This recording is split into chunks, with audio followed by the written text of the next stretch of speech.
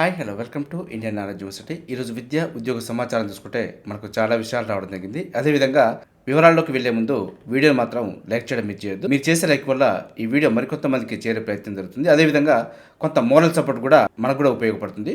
So ప్రధానంగా ఈ రోజు సంబంధించిన వివరాలు చూసుకుంటే మనకు వీడియో కాన్ఫరెన్స్ పని లెక్క కాదంటూ ప్రధానంగా ఉమ్మడి వరంగల్ జిల్లాకు సంబంధించి కొంత చర్చ జరిగింది. చర్చలో భాగంగా గ్రామ పాలనా అధికారులకు సంబంధించి కూడా కొంత అప్డేట్ సమాచారం ఇవ్వడం జరిగింది. మనకు గ్రామ పాలనా అధికారుల పరీక్షలో అర్హత సాధించిన వారిని జూన్ 2 నుంచి ఉద్యోగాలకు తీసుకుంటామంటూ మంత్రి అయితే వెల్లడించడం జరిగింది. కాబట్టి మనకు వాటికి సంబంధించిన ప్రశ్నపత్రాల మూల్యాంకనం అయితే జేఎన్టీ యూనివర్సిటీలో కొనసాగుతుంది. మనకు 2వ తారీఖు వరకు వీరి యొక్క ప్రక్రియ పూర్తయి మనకు అర్హత సాధించిన వారికే నియామక పత్రాలు అందజేయడం జరుగుతుంది. జూన్ 2 నుంచి వీరు విధుల్లోకి అయితే రాబోతున్నారు. 1-2 రోజుల్లో దీనికి సంబంధించిన ఇన్ఫర్మేషన్ పూర్తి సమాచారంతో ప్రత్యేకమైన వీడియో మీకు అందుబాటులో తీసుకొచ్చే ప్రయత్నం చేస్తాను. ఇదైతే మనకు జూన్ 2న అర్హత సాధించిన వారికి అయితే జాయినింగ్ ఇవ్వబోతున్నామంటూ మనకు పేర్కొనడం జరిగింది. అదేవిధంగా మనం పాయింట్ చూసుకుంటే ఉత్తమ చిత్రం కల్కి 2898 ఏడి అంటూ వార్త చూసుకోవచ్చు. మనకు గద్దర్ అవార్డులకు సంబంధించి ప్రకటించడం జరిగింది. తెలంగాణలో దాదాపుగా 14 ఏళ్ల తర్వాత అవార్డుల ప్రకటన వచ్చిందంటూ ఇవ్వడం జరిగింది. మనకు ఇది కూడా అడిగే అవకాశం ఉంటుంది. గద్దర్ తెలంగాణ ఫిల్మ్ అవార్డులను గురువారం జ్యూరీ చైర్పర్సన్ జయసుతో పాటు TG FDC chairman Dil Raju ప్రకటించారంటూ ఇవ్వడం జరిగింది. మనకు ఉత్తమ నటుడు, ఉత్తమ దర్శకుడు సహా 21 మందికి వ్యక్తిగత మరియు స్పెషల్ జ్యూరీ అవార్డులు, వీటితో పాటు ఎన్టీఆర్ మరియు కాంతారావు, పైడి జయరాజు, బిఎన్ రెడ్డి, నాగిరెడ్డి చక్రపాణి, రఘుపతి వెంకయ్య పేరుతో ప్రత్యేక పురస్కారాలు కూడా ప్రకటించినట్టు మనకు పేర్కొనడం జరిగింది. మొత్తం 1248 నామినేషన్లు రాగా మొత్తం వాటిని పరిశీలించి 11 కేటగిరీలో అవార్డులను అయితే వెల్లడించడం జరిగింది. Special jury award Dulquer Salman lucky Bhaskar సినిమాకు గాను అవార్డు వచ్చింది. ఈ విధంగా పురస్కారాల ప్రదానోత్సవం జూన్ 14న జరుగుతుందంటూ ఇవ్వడం జరిగింది. మనకు 2024 ఉత్తమ చిత్రం, నటీ నటులు వీరే అంటూ వాళ్ళకి సంబంధించిన జాబితా అయితే చూసుకోవచ్చు. వీటికి సంబంధించిన జాబితాను మన కమ్యూనిటీ ట్యాబ్లో పోస్ట్ చేస్తాను.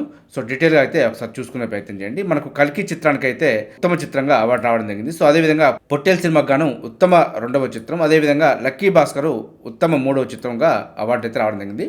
ఉత్తమ నటుడు అల్లు అర్జున్ పుష్ప 2 సినిమాకు గాను, ఉత్తమ నటి నివేద థామస్ 35 ఇది చిన్న కథ కాదు సినిమాకు గాను రావడం జరిగింది. ఉత్తమ దర్శకుడు అయితే నాగ్ అశ్విన్ కల్కి సినిమాకు రావడం జరిగింది. ఉత్తమ సహాయ నటుడు ఎస్జే సూర్య సరిపోద శనివారం మూవీకి గాను, ఉత్తమ సహాయ నటి శరణ్య ప్రదీప్ అంబాజీపేట మ్యారేజ్ బ్యాండ్ మూవీకి గాను, ఈ విధంగా ఉత్తమ సంగీత దర్శకుడు భీమ్స్ రజాకార్ మూవీకి గాను ఈ విధంగా అవార్డులు అయితే ప్రకటించడం జరిగింది. దీనికి సంబంధించిన జాబితా అయితే మనకు వాట్సాప్ ఛానల్, అదేవిధంగా టెలిగ్రామ్ ఛానల్, వీటితో పాటు మన యూట్యూబ్ ఛానల్లో కమ్యూనిటీ ట్యాబ్లో కూడా పోస్ట్ చేస్తాను. అక్కడ చూసుకోవచ్చు మీరు. అదేవిధంగా మనం పాట తీసుకుంటే వచ్చే నెలలో స్థానిక ఎన్నికల నోటిఫికేషన్ అంటూ వార్త అయితే ఇవ్వడం జరిగింది. గత 6-7 నెలల నుంచి కూడా మనకు వచ్చే నెల అంటూ కొంత సందిగ్ధం అయితే నెలకొంటుంది. మనకు ఆగస్టులోపు ఎలక్షన్స్ పూర్తి చేద్దామని చెప్పి ప్రభుత్వం అయితే కొంత నిర్ణయం తీసుకుంది. మరి ఎంతవరకు అమల్లోకి వస్తుందని ముందు చూసే ప్రయత్నం చేద్దాం. ఇది కనుక అమల్లోకి వస్తే నిరుద్యోగులకు సంబంధించి జాబ్ క్యాలెండర్, అదేవిధంగా కొన్ని నోటిఫికేషన్కి సంబంధించి లైన్ క్లియర్ అవుతుందని చెప్పి మనమైతే ఎదురు చూడడం జరుగుతుంది. దీనికి సంబంధించి పూర్తి ఇన్ఫర్మేషన్ వస్తే అందించే ప్రయత్నం చేస్తాను. అదేవిధంగా మరో పాయింట్ తీసుకుంటే కూడా చివరి ఘట్టానికి మిస్ వరల్డ్ పోటీలు అంటూ వార్త చూసుకోవచ్చు. మనకు రేపే ఫైనల్ అంటూ కూడా మనకు ఇవ్వడం జరిగింది. మన తెలంగాణలో జరుగుతున్నాయి కాబట్టి ఖచ్చితంగా దీనికి సంబంధించి పాయింట్స్ అయితే కొంచెం చూసుకునే ప్రయత్నం చేయండి. ఇతర దేశాల్లో జరిగినప్పుడే వీటికి సంబంధించి కరెంట్ అఫైర్ల భాగంగా ప్రశ్నలు వచ్చేది. మన దేశంలో, మన రాష్ట్రంలో జరుగుతున్నాయి కాబట్టి ఖచ్చితంగా దీని గురించి పూర్తి వివరాలు తెలుసుకునే ప్రయత్నం చేయాలి. రేపు ఫైనల్ కాబట్టి రేపు సాయంత్రం 4 గంటలకు ప్రారంభమవుతాయి. దీనికి సంబంధించి ఫలితాలు రాగానే మీకు అందించే ప్రయత్నం చేస్తాను. అదేవిధంగా మరో పాయింట్ చూసుకుంటే బీసీ గురుకుల డిగ్రీ కాలేజీల్లో ప్రవేశాల జాబితా విడుదలంటూ వార్త చూసుకోవచ్చు. మనకు మహాత్మా జ్యోతిబా పూలే తెలంగాణ వెనుకబడిన తరగతుల సంక్షేమ గురుకుల విద్యా సంస్థల సొసైటీ పరిధిలోని గురుకుల డిగ్రీ కళాశాలలో మొదటి సంవత్సరం ప్రవేశాలకు అర్హత సాధించిన విద్యార్థుల జాబితా అయితే వెబ్సైట్లో అందుబాటులో ఉంది. ఒకసారి చూసుకొని ఫాలో చేసుకునే ప్రయత్నం చేయండి. అదేవిధంగా సీటు పొందిన విద్యార్థులు మే 30వ తేదీ నుంచి జూన్ 6వ తేదీ కల్లా తమకు కేటాయించిన కళాశాలలో ధ్రువపత్రాలు సమర్పించి సీటు కన్ఫర్మ్ చేసుకోవాలంటూ కూడా సూచించడం జరిగింది. నిర్ణీత గడువులో కనుక కాలేజీలో రిపోర్టు చేయకుంటే సీటు రద్దు అవుతుందంటూ కూడా మనకు పేర్కొనడం జరిగింది. ప్రస్తుతం మొదటి జాబితాను మాత్రమే విడుదల చేశామని, జూన్ 6 తర్వాత 2వ జాబితా విడుదల చేయనున్నట్టు వారైతే వివరించడం జరిగింది. మరింత సమాచారం కోసం అయితే ఇక్కడ ఇచ్చిన ఫోన్ నెంబర్కి ఫోన్ చేసి కూడా కనుక్కోవచ్చు. అదేవిధంగా ఇక్కడ ఇచ్చిన మెయిల్ ఐడి కూడా ఏదైనా ఇన్ఫర్మేషన్ కోసం సంప్రదించవచ్చు అంటూ చూసుకోవచ్చు. అదేవిధంగా మరో పాయింట్ తీసుకుంటే కూడా కామర్సే మన దోస్త్ అంటూ చూసుకోవచ్చు. డిగ్రీలో కామర్స్ వైపే విద్యార్థుల మొగ్గు, ఆర్ట్స్ కోర్సులకు స్పందన అంతంత మాత్రమే, దోస్త్ తొలిదశ సీట్ల కేటాయింపు, అదేవిధంగా వివిధ విభాగాల్లో 60,436 మందికి సీట్ల భర్తీలో నిజాం కాలేజీకి మొదటి స్థానం అంటూ మొదటి నుంచి కూడా మనకు నిజాం కాలేజే మొదటి స్థానం అయితే ఉండడం జరుగుతుంది. సో 74 కాలేజీలు అయితే సీట్ల కేటాయింపు సున్నా. సో నేటి నుంచి రెండో దశ దోస్తు ప్రక్రియ అంటూ చూసుకోవచ్చు. సో మొదటి దశలో పాల్గొన్న వారు ఉంటే సో ఈ రోజు నుంచి రెండో దశ ప్రారంభమైంది. సో అడ్మిషన్ కోసం అయితే డిగ్రీ అడ్మిషన్ కోసం అయితే మనకు రెండో దశ దోస్తును అయితే అప్రోచ్ అవ్వచ్చు. అదేవిధంగా తొలి దశలో కోర్సుల వారిగా కేటాయించిన సీట్లు అంటూ వారికి సంబంధించిన వివరాలు కూడా చూసుకోవచ్చు. ఆర్ట్స్కి అయితే 5,986 మంది, కామర్స్కు 21,758 మంది, లైఫ్ సైన్సెస్కు 11,005, ఫిజికల్ సైన్సెస్కు 15,249, ఇతర కోర్సులకు 6,438, మొత్తం 60,436 మందికి సీట్లు పొందడం జరిగిందంటూ ఇవ్వడం జరిగింది. సో వారికి సంబంధించిన ధృవపత్రాలతోటి అడ్మిషన్ అయితే కన్ఫర్మ్ చేసుకోవాల్సి ఉంటుంది. అదేవిధంగా మరో పాయింట్ చూసుకుంటే కూడా శాతవాహనంలో న్యాయ విద్య అంటూ వార్త చూసుకోవచ్చు. ఇప్పటివరకు శాతవాహన యూనివర్సిటీలో అయితే న్యాయ విద్య అందుబాటులో లేదు. సో మనకు ఎల్ఎల్బిలో 120 సీట్లు, ఎల్ఎల్ఎంలో 20 సీట్లు కేటాయించడం జరిగిందంటూ చూసుకోవచ్చు. త్వరలో 35 మంది టీచింగ్, అదేవిధంగా నాన్ టీచింగ్ స్టాఫ్ రిక్రూట్మెంటు ఈ అకాడమిక్ నుంచే తరగతులు ప్రారంభం అంటూ ఇవ్వడం జరిగింది. సో దీనికి సంబంధించి 35 మంది టీచింగ్ స్టాఫ్, అదేవిధంగా నాన్ టీచింగ్ స్టాఫ్ సంబంధించి రిక్రూట్మెంట్ జరగబోతుంది. సో దీనికి సంబంధించి కూడా ఫాలో చేసుకునే ప్రయత్నం చేయండి. అదేవిధంగా మరో పాయింట్ తీసుకుంటే యువ వికాసం ఎవరికో అవకాశం అంటూ వార్త చూసుకోవచ్చు. ఖరారైన లబ్ధిదారుల జాబితా, ఎస్సీ వర్గీకరణ ఆధారంగా ఎంపిక, జూన్ 2న 50,000 యూనిట్లకు మంజూరు పత్రాలంటూ ఇవ్వడం జరిగింది. సో మనకు జూన్ 2న అయితే 50,000 రూపాయల యూనిట్లకు సంబంధించి మంజూరు పత్రాలు ఇవ్వబోతుంది. సో ఈ విధంగా విడతల వారీగా మనకు 4 లక్షల వరకు సంబంధించి ఎంపిక పత్రాలు ఇవ్వబోతుంది. ఇది అక్టోబర్ 2 తోటి పూర్తవుతుందంటూ మనకు గతంలోనే ప్రకటించడం జరిగింది. సో దీనికి సంబంధించిన జాబితా అయితే జూన్ 2న రావడం జరుగుతుంది కాబట్టి అప్డేట్ సమాచారం ఇచ్చే ప్రయత్నం చేస్తాను. అదేవిధంగా మరో పాయింట్ తీసుకుంటే కూడా అంగన్వాడీలకు రిటైర్మెంట్ బెనిఫిట్స్ అంటూ వార్త చూసుకోవచ్చు. సో వీరికి ఎప్పుడో ప్రకటించడం జరిగింది. సో ఇంతవరకు అయితే ఇవ్వలేదు. టీచర్లకు 2 లక్షలు, హెల్పర్లకు 1,00,000 రూపాయలు, త్వరలోనే ఉత్తర్వులు, ఉద్యోగులకు డిఏ విడుదలపై జూన్ 2న ప్రకటన అంటూ ఇవ్వడం జరిగింది. సో మనకు అంగన్వాడీ ఉద్యోగులకు తెలంగాణ ప్రభుత్వం అయితే తీపి కబురు చెప్పింది. ఈ మేరకు అంగన్వాడీల పదవి విరమణ ప్రయోజనాలను పెంచేందుకు కీలక నిర్ణయం తీసుకుందంటూ కూడా ఇవ్వడం జరిగింది. సో ఇక్కడ నుంచి పదవి విరమణ పొందే వరకు ప్రతి అంగన్వాడీ టీచర్కు 2 లక్షలు, అదేవిధంగా హెల్పర్కు 1,00,000 రూపాయలు వారి బ్యాంకు ఖాతాల్లో జమ చేయనున్నారంటూ చూసుకోవచ్చు. ఇది ఎప్పటి నుంచో చేస్తారంటూ ఆ కాలయాపన జరుగుతుంది. సో ఈ ప్రతిపాదనలకు ఆర్థిక శాఖ ఆమోదం తెలపడంతో త్వరలో అధికారిక ఉత్తర్వులు వెలువడినాయంటూ ఇవ్వడం జరిగింది. సో మొత్తానికి ఆర్థిక శాఖ క్లియరెన్స్ ఇచ్చింది కాబట్టి సో మనకు త్వరలోనే వీటికి సంబంధించి జమ చేసే అవకాశం ఉంది. అదేవిధంగా మనకు అంగన్వాడీకి సంబంధించి దాదాపు 14,000 వేకెన్సీ ఉందంటూ గతంలో ప్రకటించడం జరిగింది. సో దీనికి సంబంధించి నోటిఫికేషన్ ఎప్పుడు విడుదల చేస్తారంటూ కూడా ఎదురు చూడడం జరుగుతుంది. మరి జూన్ 2న దీనికి సంబంధించి ఏదైనా అప్డేట్ సమాచారం ఇస్తే చూసే ప్రయత్నం చేద్దాం. అదేవిధంగా జూన్ 30 వరకు స్కాలర్షిప్ దరఖాస్తు గడువు పెంపు అంటూ చూసుకోవచ్చు. మనకు రాష్ట్రంలో SC, ST, BC, minority, EBC, శారీరకంగా వికలాంగులైన విద్యార్థుల స్కాలర్షిప్కు దరఖాస్తు చేసుకునేందుకు ప్రభుత్వం మరోసారి అయితే గడువు పెంచింది. అర్హులైన విద్యార్థులు వచ్చే నెల 30 తేదీ వరకు అప్లై చేసుకోవచ్చు అంటూ ఇవ్వడం జరిగింది. సో తప్పకుండా అప్లై చేసుకునే ప్రయత్నం చేయండి. మిస్ అయితే మాత్రం అనవసరమైన భారం మన నెత్తిన పడే అవకాశం ఉంటుంది. విద్యార్థులు అయితే తెలంగాణ epass.cgg.gov.in సైట్లోకి వెళ్ళి దరఖాస్తు చేసుకోవచ్చు అంటూ సూచించడం జరిగింది. సో ఇప్పటికి కూడా దరఖాస్తు చేసుకోకపోతే చేసుకునే ప్రయత్నం చేయండి. అదేవిధంగా నేడు అగ్రి మరియు ఆర్టీ వెటనరీ కోర్సులో ప్రవేశాలకు నోటిఫికేషన్ అంటూ చూసుకోవచ్చు. మనకు రాష్ట్ర వ్యవసాయ, ఉద్యాన, పశువైద్య విశ్వవిద్యాలయాల్లోని డిగ్రీ కళాశాలలో ప్రవేశాలకు శుక్రవారం నోటిఫికేషన్ వెలువడనుందంటూ చూసుకోవచ్చు. దీనికి సంబంధించిన నోటిఫికేషన్ అయితే ఈ రోజు రాబోతుంది. సో నోటిఫికేషన్ రాగానే మీకు అప్డేట్ చేసే ప్రయత్నం చేస్తాను. అదేవిధంగా ఆఫ్రికన్ రచయిత గుగివా కన్నుమూత అంటూ వార్త చూసుకోవచ్చు.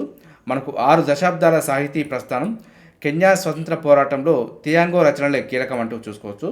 33 ఏళ్లకే ఆఫ్రికన్ అత్యుత్తమ రైటర్గా ఘనత అంటూ ఇవ్వడం జరిగింది. సో మనకు ఆధునిక ఆఫ్రికన్ సాహితీ దిగ్గజం 6 దశాబ్దాల పాటు అలుపెరగని సాహితీ ప్రస్థానంతో కెన్యాను బ్రిటిష్ వలస పాలన నుంచి స్వతంత్ర దేశంగా మార్చిన గుగివా థియాంగో కన్నుమూశారంటూ చూసుకోవచ్చు. కరెంట్ అఫైర్ల మంగా ఖచ్చితంగా అడిగే అవకాశం ఉంది కాబట్టి గుర్తుంచుకునే ప్రయత్నం చేయండి.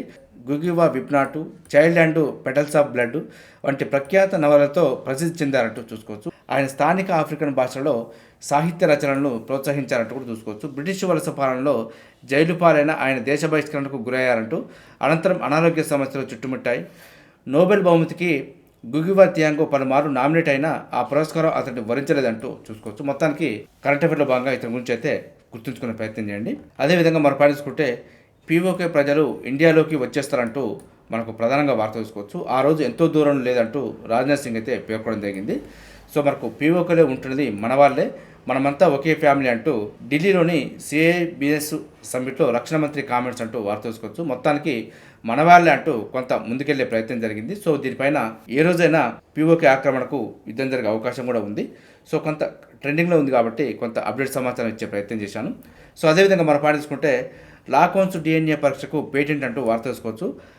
హైదరాబాద్లోని laboratory for the conservation of endangered species LaCONES పరిశోధకులు అసాధ్యమనుకున్నది సుసాధ్యం చేస్తూ క్షీరదం వెంట్రుకల నుండి డిఎన్ఏను సంగ్రహించి పరీక్ష చేసి పేటెంట్ పొందారంటూ ఇవ్వడం జరిగింది. సో కాశ్మీర్ వ్యాపారులు నేతకారుల అభ్యర్థన మేరకు పరిశోధకుల బృందం సాటూష్ పష్మీనా ఉట్టిని గుర్తించడానికి ప్రపంచంలోని తొలిసారిగా డిఎన్ఏ డయాగ్నోస్టిక్స్ సాంకేతికను అభివృద్ధి చేసిందంటూ చూసుకోవచ్చు. కాశ్మీర్ గొర్రెల్లోని పష్మీనా ఉన్నితో షాల్వాల తయారీ శతాబ్దాల నుంచి వస్తున్న సాంప్రదాయ నేత పని. టిబెటన్ ప్రాంతాల్లో అంతరించిపోతున్న జింక నుంచి సేకరించిన మృదువైన వెంట్రుకల నుంచి సాటూష్ షాల్వాలు తయారు చేస్తున్నారంటూ చూసుకోవచ్చు. వీటిపైన నిషేధం ఉన్నది. దీంతో అక్రమార్కులు పష్మీనా పేరుతో వీటిని విక్రయిస్తున్నారంటూ ఇవ్వడం జరిగింది. సో మనకు కరెంట్ అఫైర్లో భాగంగా దీనికి సంబంధించి అయితే గుర్తుంచుకునే ప్రయత్నం చేయండి. అదేవిధంగా మనకు మణిపూర్లో భారతీయ రైల్వే గణత అంటూ చూసుకోవచ్చు. ప్రపంచంలోనే ఎత్తైన వంతెన పూర్తి అంటూ ఇవ్వడం జరిగింది. ఈశాన్య రాష్ట్రాల్లో రైల్వే సేవలను మెరుగుపరచడంలో భారతీయ రైల్వే కీలక ముందడుగు వేసింది. మణిపూర్లో ఇటు రవాణాకు అటు వ్యూహాత్మకంగాను ఉపయోగపడే వంతెన 164 నోనో బ్రిడ్జ్ నిర్మాణం పూర్తయిందంటూ చూసుకోవచ్చు.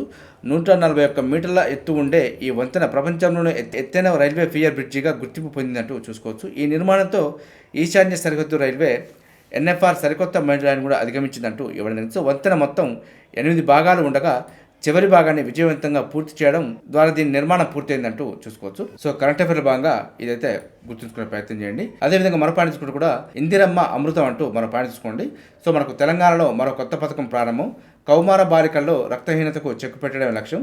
చిరుధాన్యాలతో కూడిన పౌష్టికాహార పట్టీలు పంపిణీ ఇవ్వడం జరిగింది. సో ఇందిరమ్మ అమృతం పథకాన్ని అయితే ప్రారంభించడం జరిగింది. సో మనకు తెలంగాణలో మరో కొత్త పథకం ప్రారంభమైంది. ఇప్పటికే మహిళలకు ఆర్టీసీ బస్సులో ఉచిత ప్రయాణం, రేషన్లో సన్నబియ్యం పంపిణీ వంటి పథకాలతో దూసుకెళ్తున్న రాష్ట్ర ప్రభుత్వం తాజాగా మహిళల కోసం అయితే మరో ప్రతిష్టాత్మక పథకాన్ని ప్రారంభించింది. కౌమార బాలికల్లో రక్తహీనత నివారించేందుకు ఇందిరమ్మ అమృత పథకాన్ని భద్రాద్రి జిల్లాలోని కొత్తగూడెం నుంచి మంత్రి సీతక్క ప్రారంభించారంటూ చూసుకోవచ్చు. ఆడపిల్లలకు శక్తినిద్దాం, ఆరోగ్య తెలంగాణ నిర్మిద్దాం అన్న నినాదంతో ఈ సరికొత్త పథకాన్ని ప్రారంభించారంటూ చూసుకోవచ్చు. రాష్ట్రంలో 14 నుంచి 18 ఏళ్ల వయసు ఉన్న అమ్మాయిలకు అంగన్వాడీ కేంద్రాల ద్వారా ప్రతిరోజు ఒక చిక్కీ అంటే పల్లి పట్టి ఇస్తున్నారంటూ చూసుకోవచ్చు. దీంతోపాటు చిరుధాన్యాల పట్టణం కూడా ప్రభుత్వం ఈ పథకం కింద అదనంగా అందజేయనుందంటూ ఇవ్వడం జరిగింది. ఈ పథకాన్ని పైలట్ ప్రాజెక్టు కింద భద్రాద్రి కొత్తగూడెం, కొమరంభీం, ఆసిఫాబాదు, జయశంకర్ భూపాలపల్లి జిల్లాలో మొదటగా ప్రభుత్వం అమలు చేస్తుందంటూ ఇవ్వడం జరిగింది. త్వరలో రాష్ట్రంలోని అన్ని జిల్లాల్లో కూడా ఈ పథకం అమలు కానుంది.